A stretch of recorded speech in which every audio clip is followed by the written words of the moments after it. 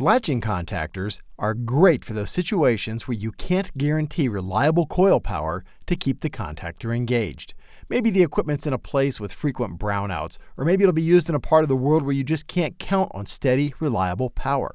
Or maybe you just want to control motors with pulses from momentary switches instead of having to hold the power on the coils. Latching contactors are perfect for all of that.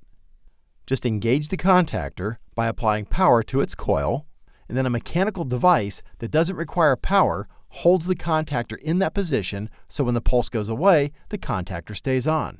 Another contactor is used to release that mechanism when its coil is energized with a pulse. This contactor controls the motor, and the power poles on the other contactor are left unconnected.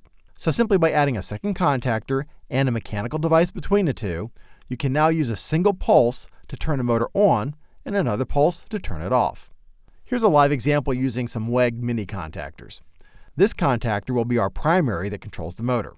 If I push this green button, you can see by the test button on the contactor engages as long as I hold this green button down.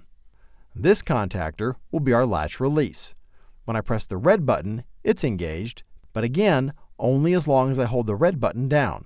When I release the red button, it disengages. Now if I add this latching bar, when I press the green button, the primary contactor engages, but when I release the coil power, look, the contactor stays engaged. This mechanical bar is holding it there. Pressing the red button applies power to the second contactor, which trips the mechanical latch and allows the primary contactor to disengage. One more time.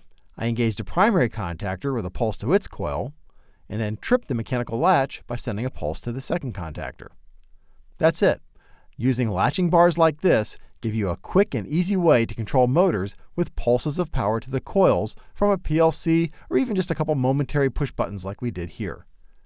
And notice that you can still add aux contacts or even surge protection with the bar installed. Cool. The only catch is you can't use this latching bar with a contactor that has a low power consumption coil.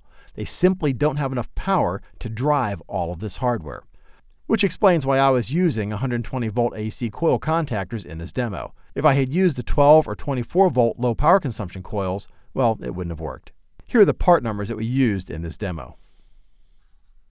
As always, if you have any questions, please don't hesitate to contact Automation Direct's free, award-winning tech support during regular business hours.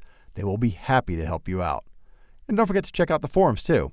They aren't monitored regularly by tech support, so don't post any support questions there, but there are lots of helpful folks that hang out there that will offer all kinds of friendly advice and suggestions.